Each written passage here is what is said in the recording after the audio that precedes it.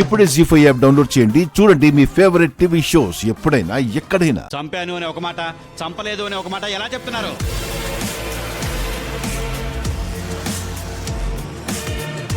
అంటే ఈవిడ మాటల్ని, ఈవిడ కూతురు చెప్పిన కథల్ని నమ్మడానికి వీల్లేదు యువర్ ఆనర్.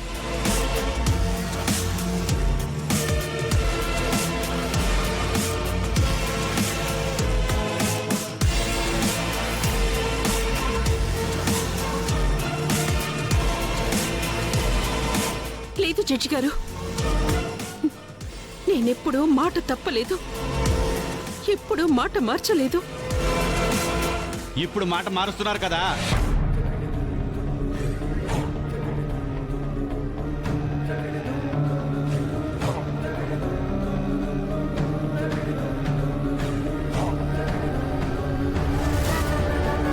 చంపాను అని చెప్పింది మీరే కదా, ఇప్పుడు చంపలేదు అని చెప్తుంది కూడా మీరే కదా.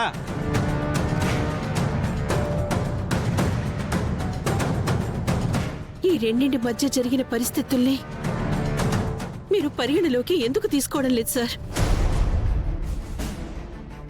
అవును, అప్పుడు పొరబడి చంపానని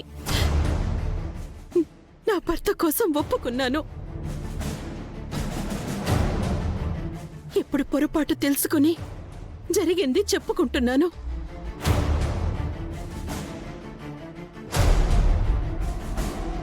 పైగా నేనిప్పుడు ఈ నిజం చెప్పకపోతే అసలు హంతకుణ్ణి నేను కాపాడిందాన్నవుతాను. అందుకే ఇప్పుడు నిజాన్ని చెప్పాల్సి వచ్చింది.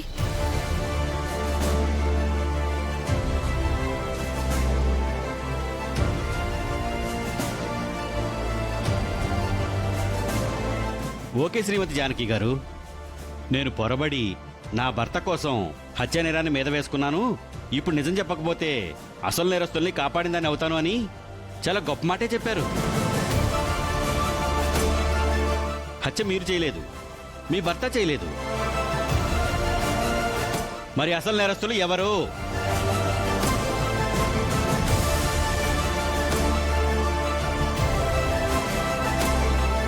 చెప్పండి. తెలీదు. పోనీ ఎవరి మీద అనుమానం ఉందా? లేదు. Note this point your honour. ఆ రోజు ప్రవళిక హత్య జరిగిన ప్రదేశంలో ఈవిడ భర్త ప్రవళిక తప్ప అక్కడ ఎవరూ లేరు.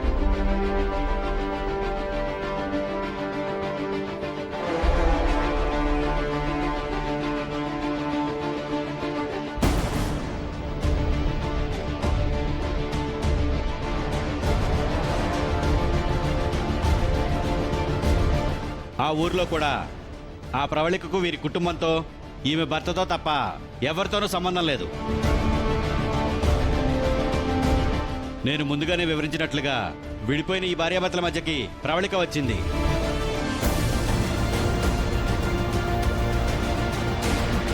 అది నచ్చక కక్ష పెంచుకొని ఈ జానకి ఆవిడ్ని చంపింది.